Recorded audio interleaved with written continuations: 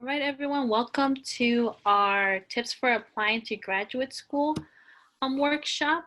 This is the week of EDWeek Online 2020, so we're hoping that these workshops throughout the week, especially this one, will help you start your, support your career, especially those who are considering going back to school, even though you probably just graduated a few years ago, but going back to school to pursue your graduate degree, either a master's degree, a doctoral degree.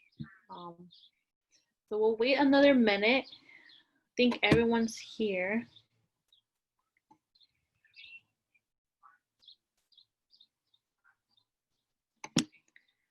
Okay.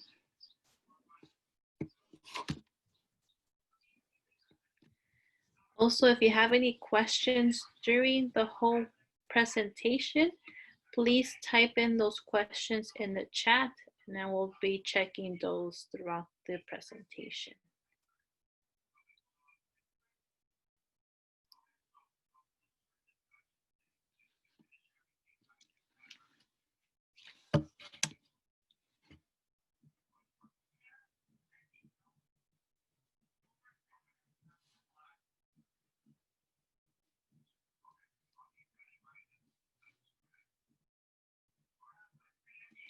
Okay. Well, again, welcome everyone to our workshop today. My name is Wendy Museum. I'm the Outreach and Recruitment Coordinator for the College of Education. We also have our Director of Graduate Studies here with us, who will be also participating in the presentation. Her name is Marianne Rose. Hi, everybody. Yes. And then we also have Dana Ocampo, Administrative Assistant for the Educational Leadership Department at the College of Education as well. Okay. So just as a brief overview of the agenda,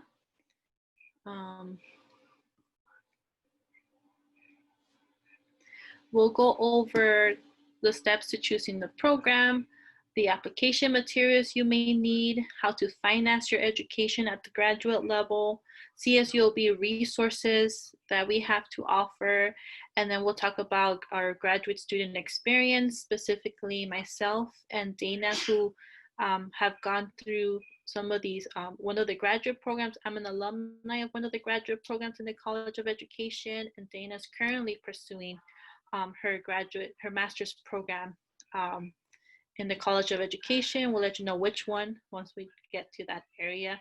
And then we'll have time for Q&A questions. Again, as a reminder, please type in any questions you might have in the chat box. So let's get started with choosing a program. So first, choosing the right program for you. So the first step is to consider, what do you want to study? What do you want to, what kind of career do you want to pursue in the next 3 to 5 years? So think about these questions. We're not going to spend so much time on these, but these are good questions to consider right now as you're considering going back to school to pursue a graduate degree. So where do you envision yourself doing in the next 3 to 5 years from now? What are you passionate about? What are your career interests? And if you have taken any of the career interest assessments, what does that say about you?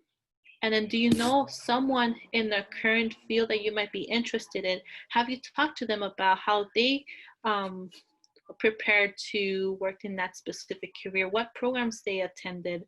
Which schools they attended? So these are all great questions to consider as you're considering to prepare to go back to school. So graduate school, it's a very big step. And so you also want to take some time to think about what you specifically want to pursue. So if you're not sure about the subject you want to pursue, then there's all these great programs and assessments that would help you. So the next slide, have you taken a career interest test? So these are 3 great resources. My favorite one is actually the second one, careerkey.org. And they give you an overview of tests where you could take them, and then they'll give you feedback as to what careers are right for you based on your answers to their questions. Similar to those big famous personality tests, these help you specifically to know what careers you might work well in. In the next slide, As a current or even as an alumni of CSULB, there's also the Career Development Center. So we have career counselors there, and they also have access to some of those career assessment tests or personality tests that you can take with them, and then they'll help you review the outcome afterwards. So they're a great resource if you're trying to figure out what kind of career you want to pursue. And the next slide. Other ways to research your career is what are the job outlooks? How much do they get paid? For example, if you want to become a high school teacher, but also obtain that master's degree, how much more would they get paid? So going through the Bureau of Labor Statistics or looking at the Occupational Outlook Handbook online, or even going to ZeroNet Online, or OneNet Online, I'm sorry, you'll be able to have a glimpse of the careers, how much they get paid, what's the outlook in the next 5 to 10 years, what degrees are required for those careers, the descriptions of those careers. Just kind of giving you a chance to browse around and consider what careers you want to pursue after your bachelor's degree. And the next slide. Another great resource that is available as you're researching the type of career you want is EDWeek, for those that are interested in working in the K-12 sector. And then there's also higher ed jobs that is available for those who are interested in working in the community college or university level. So these are currently, they list all the current job openings in the K-12 sector or the higher education sector. So it gives you a glimpse of what are the requirements for that type of job, how much they get paid, the degrees they're pursuing. So it gives you an idea of what they're looking for. So if you're considering to get into one of our graduate programs like the counseling, if you want to be a school counselor in the K-12, EDWeek will be the best place to see how much they're paid for, what's required of them, the job description. Gives you an idea of what kind of jobs are available in that specific field. If you want to be a counselor but in higher education, like in community college or the university, then higher ed jobs will be the best option for you. And then anyone else that's not looking to within the education field but wants to pursue something else, outside the education field, that's where the Career Center at Cal State Long Beach will help you find those other platforms to be able to find current jobs available in those specific fields. But as I forgot to mention, but this graduate workshop is more tailored to how to prepare for graduate school in the educational field. So a lot of our master's programs or doctoral programs are focused on preparing you to work in the field of education. So the next slide. So once you already found out which career path you want to take, what focus or subject in education you want to pursue, now is the time to actually look for the actual graduate programs. And this is where you have to ask yourself another series of questions, like, what's your commitment like? Do you have a family to take care of? Do you have a partner? Do you have another job, or are you starting a business but you want to go get your master's degree? Think about the commitments in your current life. Think about the location. Are you willing to move away and pursue the master's program somewhere else away from this area? Or do you want to stay local? And also the type of program you want to pursue. Do you want a 2-year program, a 3-year program? Do you want to go part-time or full-time? And then what kind of experience are you looking for during your time in the graduate program? Are you very focused that the program offers more student support? Are you more concerned about the relationship with the faculty? Do you want more research experience? Is that a focus you want in the graduate program? Are you more concerned about being able to go to school part-time versus full-time? So all of these factors consider as you're now researching the actual specific programs, like which university offers which graduate programs, and they all are different. Some Cal States don't offer the same programs that other Cal States do, or some UCs don't offer the same programs as the Cal States. And some universities might offer a program with the same title, but they might have a different focus. So just do your research once you know the type of program you want to pursue. Now think about these factors. Okay. So if you have any questions, just type them in on the chat. Okay. Next slide.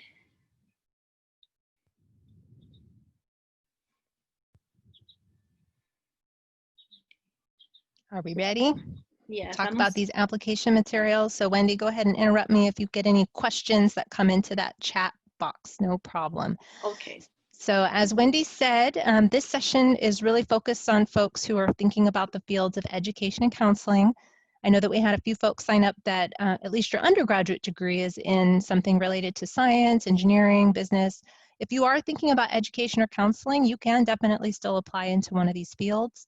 And some of the material we'll cover here will still be applicable no matter what field you're going into. But just know that some of this may not be specific if you're in one of those other specialized fields. So one thing that you will definitely need if you are applying to graduate school is recommendations. And one of the questions that we get a lot in our office is, who should write my letter? And one of the things I like to tell folks is it should be someone who knows you well and who knows what your goals are. So sometimes, like if you're currently in undergrad or if you recently graduated, folks have in their mind like it has to be a faculty member. If you are close with a faculty member and they know you well or know your goals, awesome, have them write it. But you may not have been that person. Maybe you focused more on work or volunteering or other types of experiences. Maybe you did a study abroad. Those people who know you from those types of experiences, they might be better to write you that letter. And so in addition to talking to someone well in advance, making sure they know your goals, so either they have reviewed your resume or maybe your personal statement that you're submitting to the graduate program. One way that I like to tell folks to ask is to say, do you feel you know me well enough to write me a good letter of recommendation? So that way, if they either don't know you well enough, or maybe for some reason they weren't going to write a good one, they have a way to get out of it and to let you know kindly. So again, it's, do you feel you know me well enough to write me a good letter of recommendation?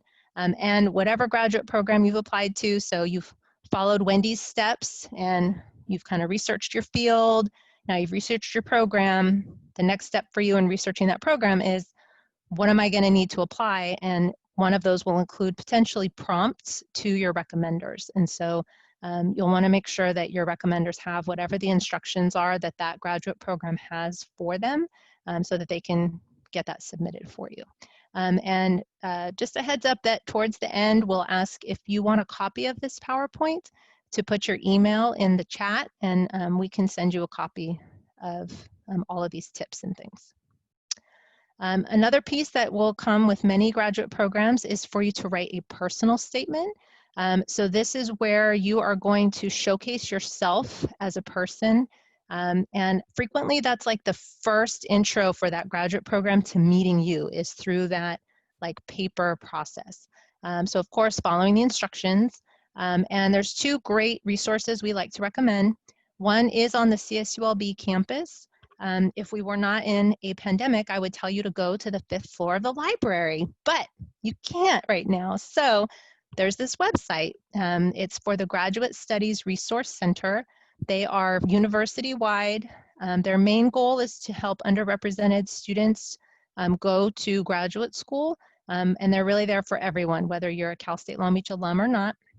You can be a current student, but they have great workshops and writing coaches available to help you with writing a personal statement.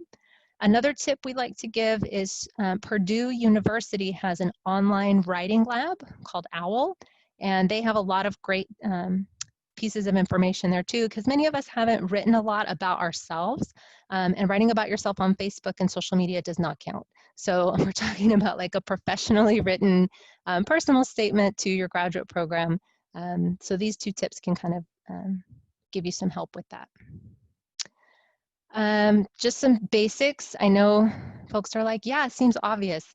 I have seen thousands of personal statements, and I will tell you, this is not always obvious. So that's why I put it on this slide, is make sure you're using standard formatting, check over it, get feedback from people whose opinion you value and who you think have good writing skills, edit it a few times, and then again, just another link to the GSRC or the Graduate Studies Resource Center for help, for tips with the writing. My last slide, I believe, is, yeah, and then we're gonna talk money because you guys are super excited now to apply to grad school. So Dana will talk about money here in just a second. I wanted to give a quick nod to exams. So one of the other things that graduate programs will sometimes require is an entrance exam. So if you kind of think of it like when you were in high school, you had to take a standardized test in order for admission to college, at least back then you did. So similarly, some graduate programs have a type of standardized test that they require for admission to their graduate program. So some, it's the GRE, which is the graduate record exam. Some fields have specific exams that they want. So that's where kind of that research comes in about which program is right for you. If you are not a good test taker and you're like, that is going to be a deal killer for me, or deal breaker, then when you're doing your research, that's something to consider. If you're like, no, I can study up, like for the GRE, for example, you know, for me, when I went to graduate school, they did back then require that I do the GRE.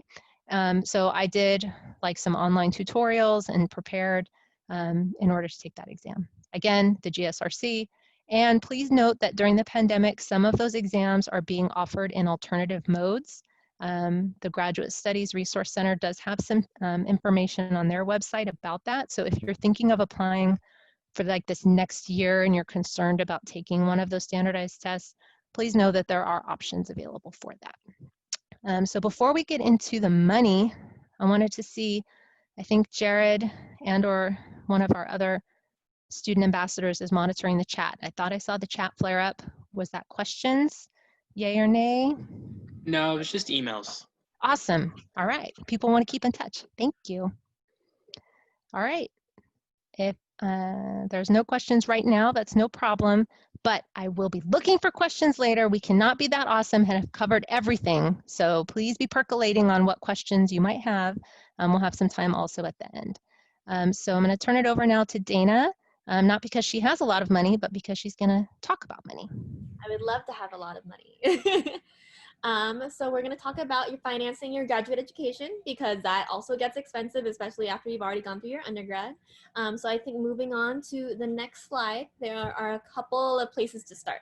So graduate students are eligible for financial aid. You would go through the FAFSA, which is the free application for federal student aid. And it's the same process as it is in your undergrad. Something to keep in mind is that once you are a graduate student, you are normally considered independent from your family, which will sort of affect the sort of formula that the FAFSA uses. So it's something to consider, considering the fact that you can still get scholarships, you can still get loans, you can still get grants. I actually did the FAFSA myself, and I was surprised that I could still get work study as a graduate student. So that's something to keep in mind. Something else to look at is that there are fellowships and graduate assistantships varying by program and university. So when you do the research that Wendy mentioned before about looking into different kinds of programs and things like that, it's worth checking to see if they have assistantships or fellowships already built in. So something that my friends actually looked into is whether or not there were assistantships, so they could basically work to get some part of their tuition waived or all of their tuition waived, depending on exactly what the program is. So if money is a consideration for you, and also getting work experience on the campus, that's something to consider. And then something else is that the CSULB Graduate Studies Resource Center, which Marianne mentioned before, provides a list of external funding resources. So it's always good to look around and see exactly what else is out there, especially when there are a lot of scholarships that just go unclaimed because there aren't enough people applying, just because they aren't aware that they exist. And that's always something to keep in mind, because everyone loves free money. And then finally, something to consider is the Dream Success Center for undocumented students. So there are sort of dream grants for students, and you could be eligible, but in terms of that, it would be better to talk to them about it, just because they have more background and more awareness in terms of that specialty. Yeah. And then looking into the CSULB scholarship information, prospective students may apply to scholarships. So this is CSULB specific, but also just keep in mind that wherever you apply to, you should see what scholarships the school itself has. So at least for CSULB, a lot of it is typically done exactly through one like application that you turn in, and then you're just considered for every scholarship in the university system that you're eligible for. This doesn't apply to all universities, so just make sure that you check each one. And if you have any questions, you can also shoot an email to the actual financial aid office for that university. Just speaking as someone who previously worked in a university financial aid office, we get a ton of emails about that all the time. So looking into the actual College of Education scholarship information, the application period is November 1st through March 2nd. These are obviously the dates that we had for this year, but moving forward, it's good to look into exactly what the application window looks like. Especially to keep in mind that March 2nd is actually a pretty common deadline. So if you're looking within like California, that is a priority deadline to submit your FAFSA as well for the following year. And it's also to keep in mind that you should be applying for scholarships and applying for your FAFSA every single year. It's not something that's sort of like a blanket that goes through your entire graduate career, but rather something that you need to be on top of and make sure that you can get your free money. So yeah, and then especially for the scholarship applications for the College of Ed, I know that when I looked at it, it's basically just a bunch of questions that they ask you, like the statements to consider you for scholarships and things like that. So just make sure you give yourself time to actually complete the application as well, so that your answers can be like thoughtful and considerate, and then you have your best possible chance of getting the scholarship. Yeah, and then I think we would be moving on to campus resources, but if anyone has any questions about financial aid, I can help out if you want to put them in the chat, or we can just talk about it at the end for the Q&A. But yeah, other than that, I'm going to hand it over to Mary Ann. Thanks, Dana.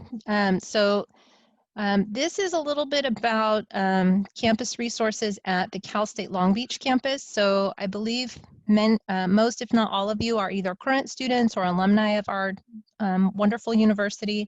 I think the great thing for myself and Wendy and Dana is that we are all either alumni or current students at Cal State Long Beach. I know for myself, I like to make the joke that I started attending and joined Cal State Long Beach last century. So I've been around for a minute, more than a minute, a couple of minutes, but you can't see, I've covered it up. So these campus resources, I love seeing like with this big city that we have here at Cal State Long Beach of just like resources available if you want it, but also it's kind of like a buffet. So if you're like, no, I'm good, I don't need all that, you don't have to dive in and get it, but it's here if you want it. So a couple of links that we've provided here. One is for the CSULB graduate programs and advisors, which is available through a campus website. So that way, whether it's for one of the programs that we represent here or just for any graduate program at Cal State Long Beach. For myself, I happen to do my undergraduate and my graduate work at Cal State Long Beach, so I'm super, super biased. But I know lots of people go to other universities and have amazing experiences. I've worked with lots of people from different fields that have loved their graduate school experience. So wherever it is, find like your place. Here's also a link to the university catalog, which will list the classes offered and the requirements for the program. I like including this because I think what happens sometimes with grad school is we can get kind of like a romantic idea in our head of like what a field is going to be about or like what I'm going to get to study. So we're a large public urban university. We have rules about what you can do. So the catalog is where all those rules are written down.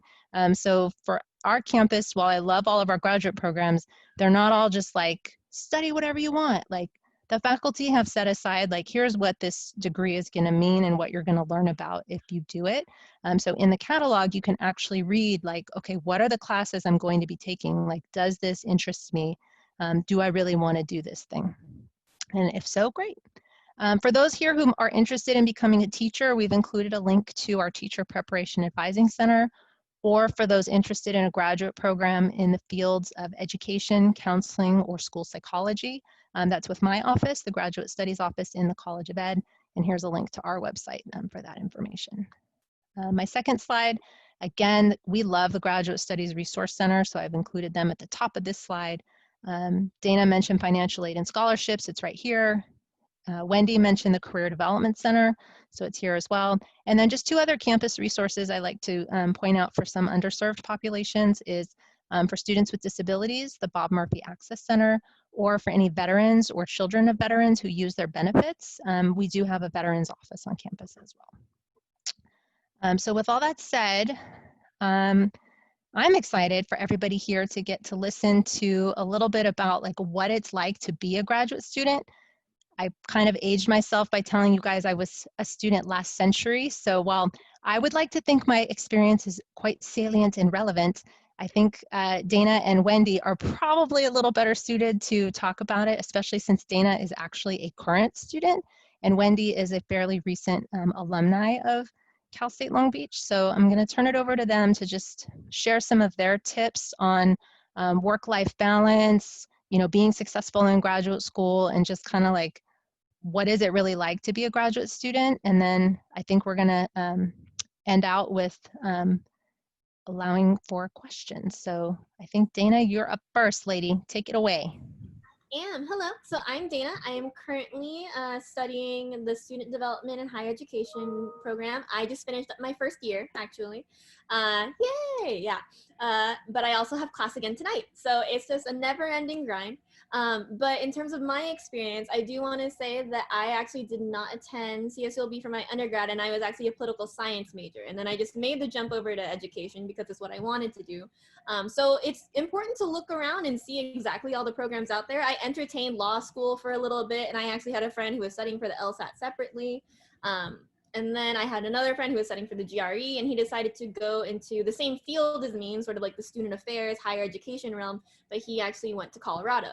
So something that I would actually consider in terms of like graduate school in general, when you're still looking around, just don't limit yourself when you're first starting out. It's important to like keep an open mind and see what kind of experiences you want to have. In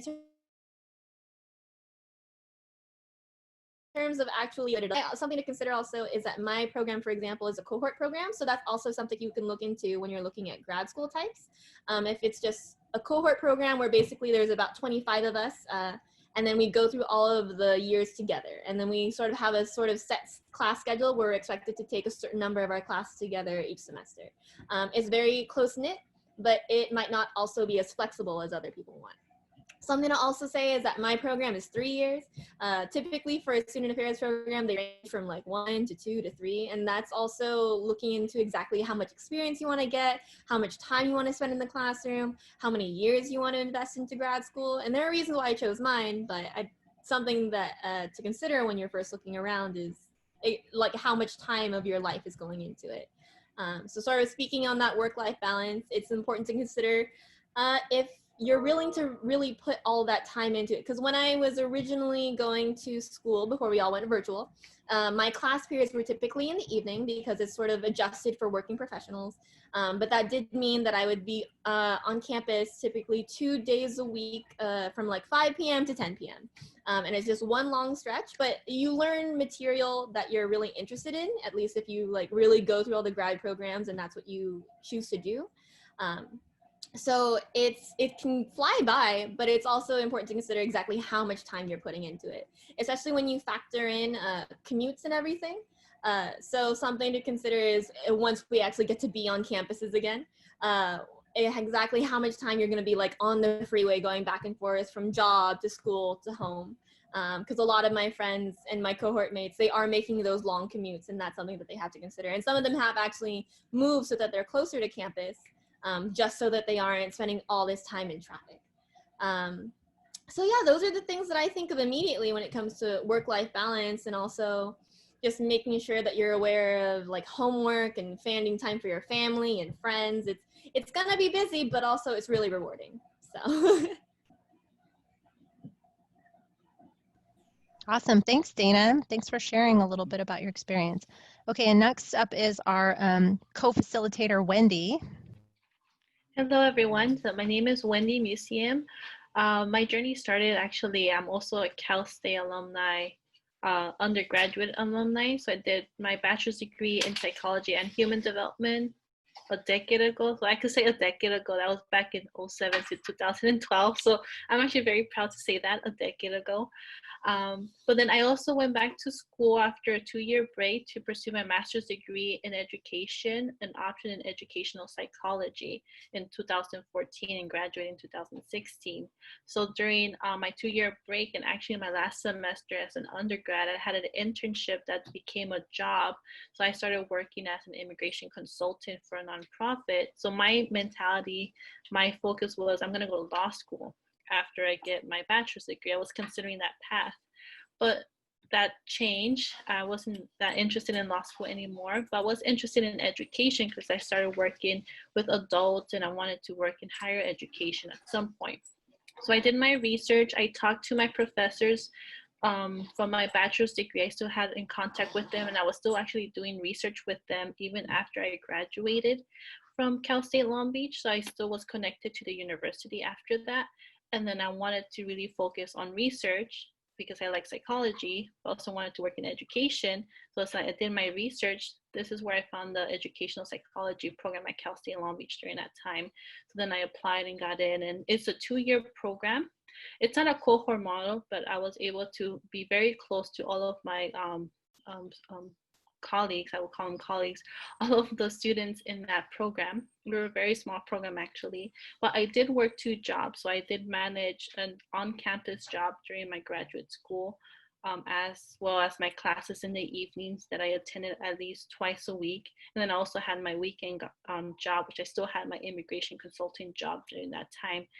Especially as I started graduate school, I started living on my own. So I was balancing independent life, work life, and in graduate school life. But as long as I was able to manage things practically, make sure I knew where I was supposed to be, and also communicated a lot with my professors and also with those I was working with at my 2 jobs, I was able to keep more of a sound mind as I was moving around all over the place from school to work, and then also staying late on campus to read and study and prepare myself for the endless articles we had to read for graduate school and the research projects we had to do. But it's doable. I guess my tips and encouragement for anyone who's considering graduate school, it's doable. You just have to be able to learn time management, but also communicate very well with everyone around you, starting from your family to those at your job, and also your professors. You'll be very amazed how helpful your professors are. I'm very grateful for actually my faculty advisor for the graduate program, Dr. Coots. She still works there. She was very excited when I started working on campus in this position, but she was very focused on helping each of the students in our program make sure that when we graduated, we knew how to use our degree in the field we wanted to use it in.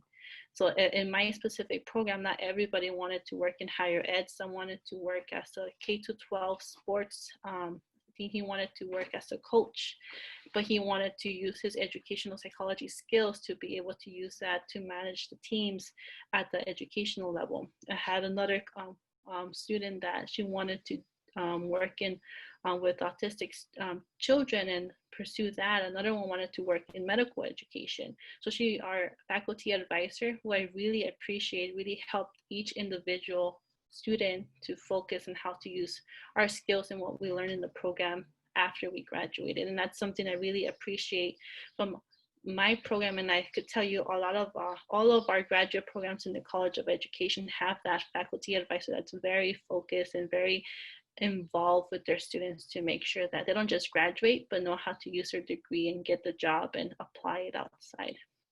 So don't be scared to apply for graduate school. Do your research, and I'm certain that you'll find the program that actually will be suitable for you and you won't regret it. Awesome. Thanks, Wendy. Dana, do you want to add anything about working while in graduate school? I know that we frequently get that question from people asking about that. So before we move to questions, do you want to make any comment on working while in grad school? Yeah, so I work full time while also going to grad school, and it's not easy. So sort of prepare yourself for a challenge. That's my point in asking you to comment. Yeah, it's something to keep in mind, especially when you are actually talking with your boss, especially if you're going to be pursuing grad school, just to be aware and make them aware, if you have a good relationship with them, that you will be sort of juggling additional responsibilities, right? Because you'll have to be doing your reading, you'll have to be doing your homework on top of managing your job and your responsibilities. At least for me in my cohort, a lot of them they either work like multiple part-time jobs to sort of stack hours on top of each other at different sites, or they work full-time and they do their best to make it. You might have to adjust your hours, right? Because you might have to consider your commute. And some classes, if they start right at 5, obviously you're not going to be able to fly down the 405 or whatever in that amount of time. We'd love Only if it's during a pandemic, in which case not. Yeah. Also, something to keep in mind, especially since Marianne mentioned that it is during a pandemic, exactly the format that you'll be expecting your classes to be in. So that's something that we're actually transitioning to right now. We will be having a Zoom class tonight, and it's scheduled for a couple hours, but we don't know if it'll reach a couple hours. I mean, it's sort of keep in mind your own Zoom fatigue, your own mental health. Take care of yourself, especially when you do have a lot on your plate and a lot of projects and things like that. So working full time, I mean, we all got to make that money. So it's something to keep in mind if it's a necessity for you, but also just keep in mind exactly how much you might be putting on your plate, and that you might have to rearrange your priorities and your lifestyles to accommodate everything that you want to do.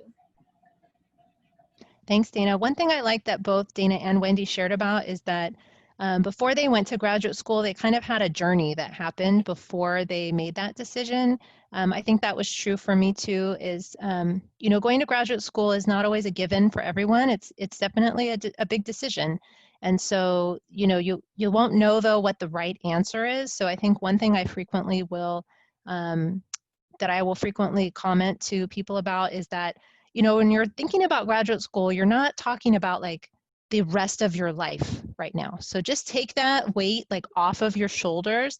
And if we can think about it as Wendy, when we first started, she was mentioning, what do you envision yourself doing for the next 3 to 5 years? Because where you end up or what you end up doing may be very different. And so kind of taking that pressure off a little bit and saying, okay, this is my right now decision about going to graduate school, seeing what I, am interested in doing. But we see folks end up in lots of different fields from lots of different areas. So, we've had counselors who came from the fields of engineering, arts, real estate, as well as from psychology, sociology, and human development. So there's no one path that will take you to that journey. So with that being said, I think we want to turn it over to questions. I think me, Wendy, and Dana are going to unmute at least ourselves. And Wendy, do you want to do it by chat, or do you want people to speak up? We could do it by chat. I see a few questions. Great. So what advice will you give to someone who is beginning to research grad school programs? And then how do you know law school was not for you? That law question is obviously not for me. I always knew that was not my place. But ladies, let's start there with the law, and then we can maybe go more broad about applying to grad school. I could start first. Since I work with, as an immigration consultant, so I work with immigration lawyers, so I wanted to go that route. But then what kept me away from actually pursuing it was I couldn't see myself doing it for the next 20 years. And then the stress of how, like, I could get emotional with students, but it's on a deeper level, the emotional level, when you're doing immigration cases. And I was also an interpreter for a lot of immigration courts. So I knew that my emotional level will be a big factor in stressing me out during law school, and then just seeing myself in the next few years. So that's, at least for me personally, that's why I didn't attend law school, because of the emotional attachment I will find myself if I would have pursued the immigration law route later in the future, but also the long hours and stress of what lawyers went through, what I ended up seeing with the lawyers I work with. So that's my reason why I didn't go that way.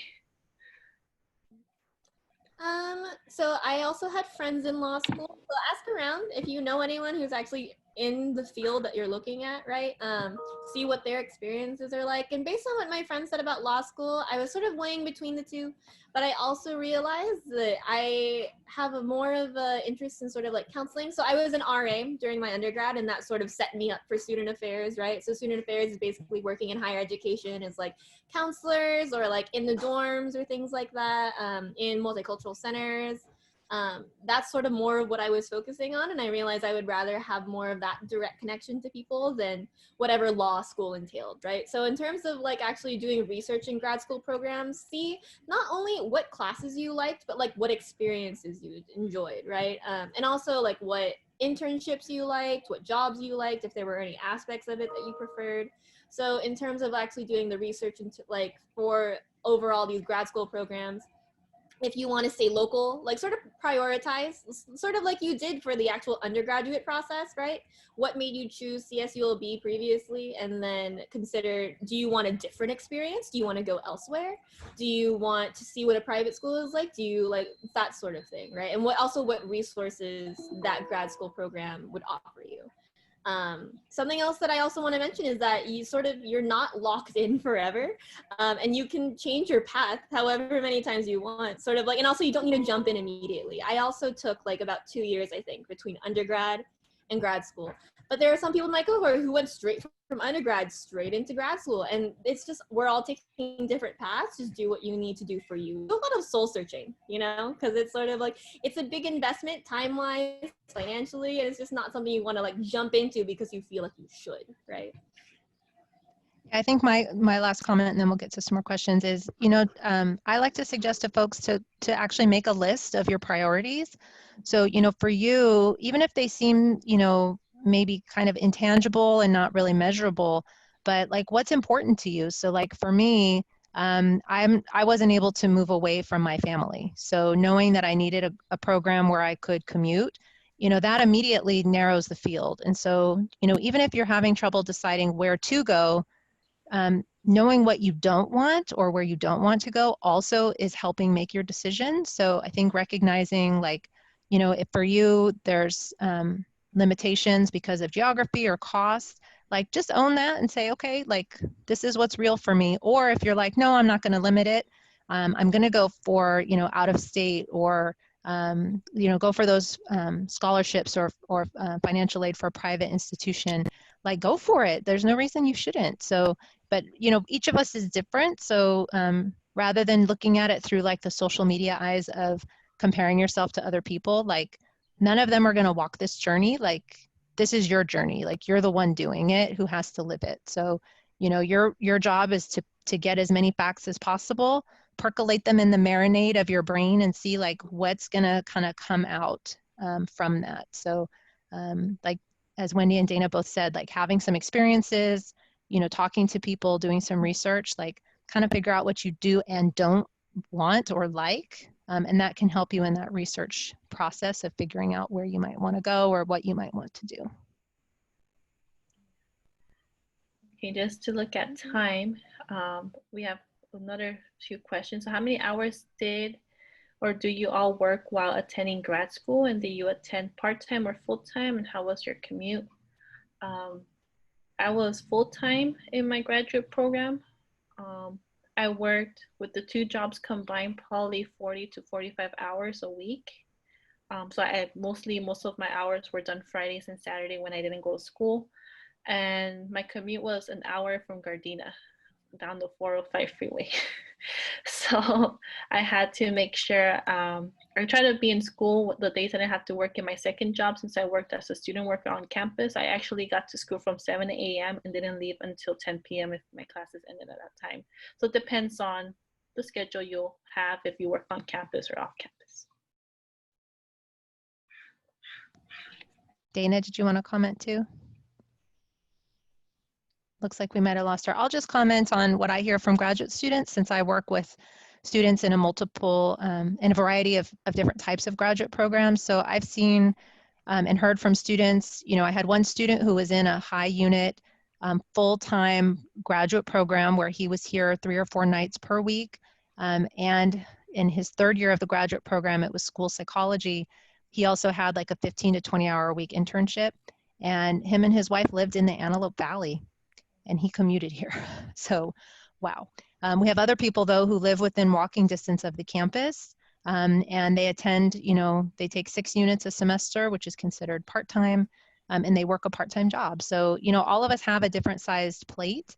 So I think it's, you know, finding what's going to work for you. Like, And people like, what Wendy's describing, for some of you, you might be like, yep, I would do that too. And for others of you, you might be like, that would never work for me. So, I think all of us have a different type of experience when it comes to that. Dana, did you want to add anything? I see you unfroze. Yeah. I had a little internet blip. So I'm going back to the question. I am currently working full time, so that's 40 hours a week. Among my cohort mates, there's some who are working part-time, there's some that are unemployed. So some of them go for like 20 hours a week, 30 hours a week. They're sort of even adjusting their hours, trying to figure out what best accommodates their grad school schedule. But that's just their choice and what they're able to do. I'm also attending full-time for my program, even though it's 3 years. But there are sort of adjustments that you can make, right? So even in my program, there is an suggested schedule where you can go 4 years if that's what you need. My commute is a little bit farther than normal, where I live an hour away. So I live and then since I work on the same campus that I attended grad school, I'm pretty sure I was on campus from 8 a.m. to 10 p.m. every night, but that's just how the grind is. But that was also only 2 days a week. There is actually someone in my cohort who lives about 3 hours away. But what she does is that actually she got really close to someone else in our cohort. So she just stays with her one night so that she doesn't have to go straight back home after a 10 p.m. class ends. But it's just something that you need to sort of keep in mind. And then someone asked about our free time. Did we have much free time? Or how much free time do you have when balancing work full-time with grad school? Were your weekends consumed by work and school? So my weekends were definitely consumed by work and school. My Saturdays were spent in the student union the day they open, and they closed at midnight. If anyone didn't know, the student union closes at midnight. So yeah, a lot of reading, a lot of spending on campus or staying up late with my roommates and studying at the same time. So my free time was very limited actually during my grad school, but I don't regret it. My free time, it depended. I sort of have to schedule things super in advance. I had a calendar and I had to tell my friends, if you want to hang out this Saturday, you need to tell me 2 weeks in advance so I can make all my readings done. That's just something that I had to do. And I'm lucky because I had understanding friends, but it's sort of also making sure you set those boundaries for yourself and also plan your self-care days because you're going to need them. And also something to keep in mind is just take time that would normally be like dead time, right? So like for me, I hate commuting a lot, especially during rush hour traffic. So I don't leave work right at 5 p.m. because I know I'm just going to be stuck sitting in my car and not getting anything done. So I actually stay on campus a little bit later just so I can get my reading done and trying to find ways to squeeze in that time to be the most efficient way possible. Yeah, and just again, a couple of perspectives from other graduate students. We have one student, she's attending graduate school part-time but works full-time, but she has personal and family commitments on the weekends. So she actually doesn't do any schoolwork on the weekend. She does everything during the week.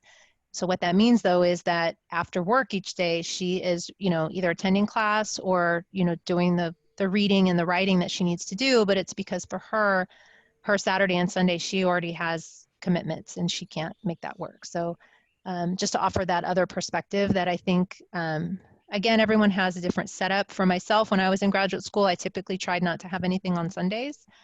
So I would do, whatever schoolwork I needed during the week or on Saturday, and then to have Sunday off to be able to, like we all need time to just like do the Netflix binge or, meal prep for the week or whatever it is. But I think one thing a lot of our graduate students talk about is they learn to be very organized. And Dana sort of alluded to it with her planning ahead with her friends, that, having blocked out time to say, okay, here's when I work, here's when I have school, here's when I'm going to study, but here's also when I will take time for myself or my family or my friends, whatever it is, because you do have to still have that. We're not robots, like we're humans, so you need that time too. But graduate school is hard, like it's no joke. But for me, it was a lot of work, but I kind of want it to be that way because a master's degree means something. Like it's not just like a given. Like, I mean, it's supposed to mean something. So like it may feel like, oh my gosh, can I do this? Yes, you can. If the graduate program admits you, it's because they've looked at your record, they've looked at your materials and said, I know this person will be successful in our graduate program. So, trust that when you get admitted to say like, okay, they admitted me here because they know I can do it. And now my job is to do it and, you know, rise, to quote some Hamilton, rise to the occasion. Okay, so we're just gonna try to answer a few questions. We do have another workshop at 4 o'clock. So we might not have a chance to ask any of these questions, but if you want to talk to, I'm free to talk to anyone. I'll send my email right now in case you guys have questions about grad school and you have more concerns. But one of the questions that we probably want to highlight, what has been or what is your greatest challenge in grad school? We'll end with that question. My greatest challenge was just keeping up with the reading and making sure I was on track and knew what readings I had to do for each class. But then as I kept track of all of my readings, I actually created a Word document of all of the articles I read so I could use on other papers and knew how to do the referencing. So even though that was a challenge, it ended up being more of a blessing. Because as I learned how to overcome that challenge, I was able to use all of those articles for later papers or for my comprehension exam, or even now I still have that list on my computer. For me, I think, well, I'm in a weird place because COVID happened in the middle of my second semester, but something to sort of consider, I think for me, is pushing myself. They say that something that they actually made me read very early on is a sort of like self-authorship in grad school, the way that you sort of have to take advantage of every opportunity that you want to. Speak up in class, ask questions, email faculty to get off the wait list. Do what you need to do in order to sort of secure your own success, right? As opposed to sort of like falling back and just hoping that the opportunities come to you. Especially for me, like the first time that I applied to grad school, I was missing a letter of rec in the application period, and then I just didn't send in my application at all. And I think that's something that I was trying to unlearn the year afterward for the next cycle, because I had to realize that it's a lot of self-advocating and doing what you can to sort of reach out and get the information you want. So all of you who actually showed up to this presentation, you are already doing great. But if you want more questions, go out and ask them. And I'm gonna also put in my information into the chat box if anyone has questions about, I don't know, just like my program or otherwise, but yeah. I have nothing to add. I'm going to let you ladies leave it there. So I'm going to stop sharing my screen so that I also can add my email to the chat in case anybody wants to email me. And also, if you've added your email to the chat, that way we can send you a copy of the PowerPoint as well. So that way you get all the information too. Wendy, Dana, anything else to add? There's a lot more to add, but we'll just stop it there. We have so much to because say. There's so many questions and so much to say about graduate school. Well, thank you for coming. Like Dana said, the fact that you're here is actually your first step into researching graduate school, thinking about graduate school, and then even just going to that different world of graduate school. Yeah, so thank you so much for coming today. Hopefully we'll get a chance to see you again soon.